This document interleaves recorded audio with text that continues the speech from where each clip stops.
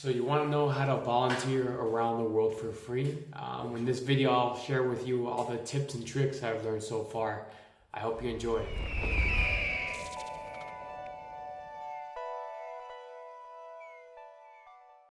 So this is my video for my fellow humanitarians, like-minded individuals who understand that at least from my perspective, the reason we are put in here is on this earth, if you will, whatever you may believe in, maybe God, the universe, whatever it may be, is to help one another. And the best way you can do that is through volunteering yourself, whether it be through a medium of computer skills or hard labor, whatever it may be. If we can lend a help to somebody else, we can make the world a better place, and one person can make a difference. At least I truly believe that. One thing that I've gotten a lot from is, how do you do this, and how are you doing this for free? Look, there's different takes on this, and I personally don't agree with paying for volunteer services. I think volunteering your time is more than enough.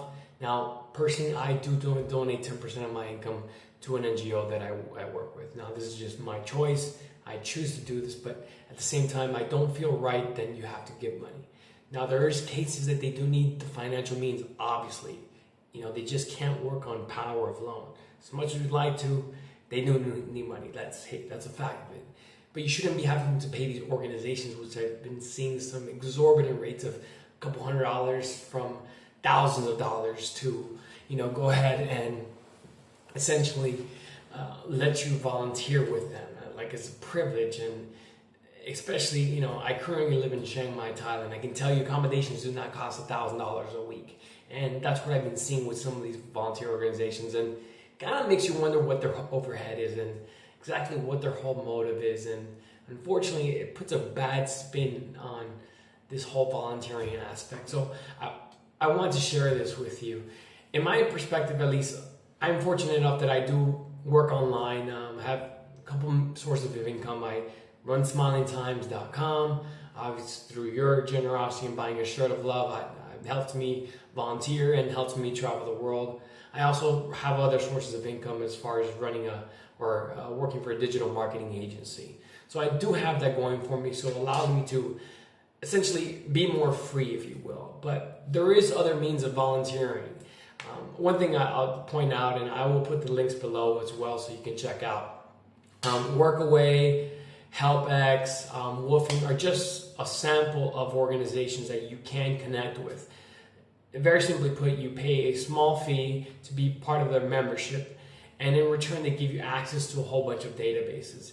And the way they work is essentially you go ahead and say you want to volunteer for, say, so many weeks or a week or so, and in return they usually give you free accommodations, and sometimes they will even feed you, which I think is a fair trade-off. Okay, so essentially all you need to do is just get yourself there and buying the plane ticket. One thing I gotta say about volunteering around the world, for the most part, nobody's gonna buy your plane ticket. Okay, that's rule number one. And first of all, you shouldn't be traveling around the world if you don't have money in your bank account. You have to at least save something at this point.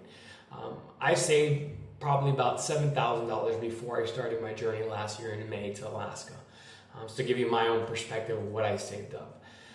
That's just my, what I saved up to feel comfortable, to know I had, at least 6 months of living expenses, and I knew where I was going, and I knew what the cost of the flight was. Now, $7,000 was after actually having the flight booked and the accommodations taken care of for at least a month in Alaska. So I would encourage you to do the same if you are going to do this journey. Have at least 6 months of living expenses in the location that you're going to. Keep in mind, it's not what you're used to, especially if you're coming from the West. I currently live in Chiang Mai, Thailand, with a budget of $600 a month.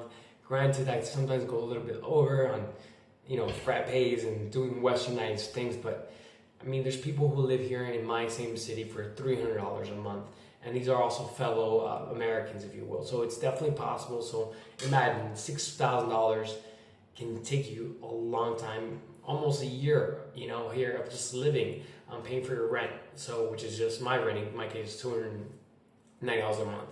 So my first thing is, look, have money saved up regardless. Even if you're going to volunteer for free and you have sites like Workaway and HelpX to help you with accommodations and possibly even food, you're still going to need to get around, okay? So that would be my first suggestion.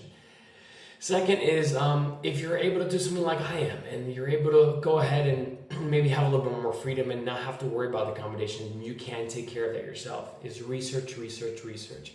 Granted, I've volunteered for over now maybe 10 to 12 different organizations around the world since May of last year. Each and every single one of those, I've gotten through research, okay? Now, research was a starting point. It doesn't necessarily mean that I found it online, because believe it or not, one of my first volunteer opportunities, at least in another continent, India, was through meeting an owner of Savita Kitchen. I'm pronouncing it correctly, but forgive me, I'll put the link as well. He introduced me to Ash Cook, who's in New Delhi, and he does fellow humanitarian work. And through one thing that led to another, we were able to feed the kids in India. And to this day, it's probably been my most fulfilling volunteer experience I've ever had. And put a tear in my eye, I won't lie, but it just shows you, I searched one guy told me to do this, contact somebody else, and sure enough, I found a way to help out in every city I'm in every country I am. I won't stop until I find a way to help out. It's only right, at least in my perspective. Again, these are all my opinions of how I look at life and what I think is valuable when you go into another country of what you should do. So, research is definitely key, okay? Look for NGOs. Use keywords like, NGOs who work within so-and-so city, okay? After you do find that, I encourage you to go ahead and find the site. You usually can find fellow, digital nomads like myself who are volunteering. Look, there's a lot of us out there who do make an impact in the world while they travel to different countries, and which is really nice to see. And they usually write blogs about it. Just like I have written my blog about of certain organizations, you're going to find them. Most recently, when I went to Malaysia, this one gentleman, he wrote top 10 volunteer organizations in Malaysia. And sure enough, looked it up after 3 or 4 different contacts. Again, more research, contacting each different organization. Finally, one reached out to me. I got him on the phone, and I was able to, work at that soup kitchen for 2 nights while I was in Kuala Lumpur, or KL as they call it. So it just shows you it's a lot of research and trial and effort. I mean, sometimes these NGOs won't reach out to you after email them. Wildflower Home, which I worked in Chiang Mai, I've worked a couple times now. They read my email 3 months or 2 months after I sent them an email. And finally, I was able to work with them. But it just shows you have to be persistent. Excuse me, I'm going to choke here. So you do have to be persistent in as far as trying to reach out to these NGOs and finding ways of communicating with them. In my personal experience, I've found that email is not a good form of communications, whether maybe the reason a lot of these third world countries, internet is not as prevalent as you may think in the West. So, email, even though it may be there as a form of communication, if you have a phone number, I've seen is the best way. Truly is. And of course, WhatsApp is so popular now, or has been for quite some time, WhatsApp. A lot of these organizations are on WhatsApp. Now, another thing I like to say about volunteering around the world and, just doing this is that you never want to volunteer in an organization where it takes too much effort, okay? If you see anything that I've done, at least in a short-term basis, requires you little to no training or something that I personally know how to do, okay? These NGOs have time and have resources, and they have to allocate them correctly. So, you don't want to be a burden to an NGO where the fact is that they have to spend a day of training you if you're going to volunteer for 2 days. It doesn't make sense for them. It doesn't make sense for you, okay? You don't want to do that. So I always encourage you to look up simple things, okay? Like if you want to make an impact in the world, the easiest way you can do that is feeding the needy, okay? Soup kitchens are all over the world. They're just a fact of life. You will find them, and there's always people who are making sure they take care of this. So a soup kitchen is definitely a great start. So I would look for that because there's little to no training required for a soup kitchen, okay? You simply pass out food. They may give you some simple instructions, but it's easy to go. Another thing is horticulture. Okay, you know, you don't really have to have too many skills with that, but after maybe 30 minutes or an hour, somebody can teach you how to plant something, or you know, vegetation and so forth, guidelines. It really wouldn't take too much effort. But simple things, you know, I did the wildflower home. I was painting. Granted, I've painted more houses than I can count at this point for volunteer efforts, but you know, I do have a painting background. But again, I mean, if you were next to me, I could show you how to paint in 5 minutes, and frankly, there's not really much to learn. You know, you get the brush, put it on there. Maybe some painters will tell you one way direction, and it comes easier. You know, taping up the side of the walls, but that's just an example. Something easy. So when you volunteer, make sure you're not going to be a burden to the volunteer organization where they have to train you. But now, if you will be there for a couple weeks, for a month, and they do need training, right? It does make sense for them. Okay, so just, you know, watch what you're trying to do, how you're trying to impact, and so forth. Now, there's another thing that may happen, but I have never come across, and you know, some people are hesitant in volunteering. Technically, if you're in another country, volunteering is a form of work, so you may need a visa. Look, for the most part, people understand you're doing a good thing. They're not going to harass you. I've had some people that say, oh, they never volunteer because of it's a visa issue. I'm sorry, but you know, that's irrelevant. Most people are not going to bother you. It's not going to be a big deal. And granted, look, it is technically in the law. It can be, but like if you're doing, you know, the work of the divine or God's work, whatever you want to call, I truly believe that nobody's going to stop you. And last time I haven't heard any stories of anybody getting kicked out for helping somebody else out. Just doesn't happen, okay? But of course, at the same time, be careful.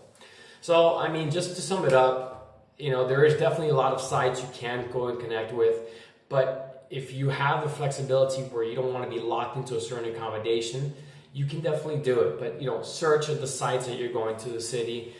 Do about a week's research. Usually in about a day, I get a good foundation of what organizations I can work with. And then it usually takes maybe 2 or 3 days of contacting. Granted, some are longer than others. So I would always recommend, if you know you're going to a place ahead of time, at least a month out, start doing the research, because sometimes it does take a little bit longer to go ahead and you know, get the NGOs to reach out to you. Aside from that, I think it's pretty much everything's well covered. Again, I'll leave the sites below. Covered that. You know, once you leave, make sure you have a little bit of money saved up. But it's definitely possible. And if a site is asking you for $1,000 to volunteer anywhere, especially in third world countries, when you know that the cost of living there is peanuts per day, there's got to be something wrong. Okay, and I'm not going to call out these companies.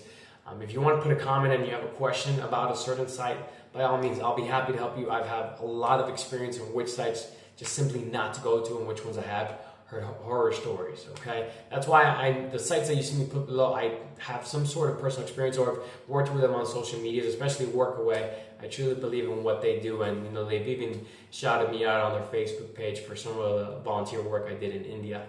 But aside from that, I do hope this video does help you. I'm going to make another video as far as in just traveling the world and what you need. And I just hope everybody has a great day. As always, nothing but love and gratitude.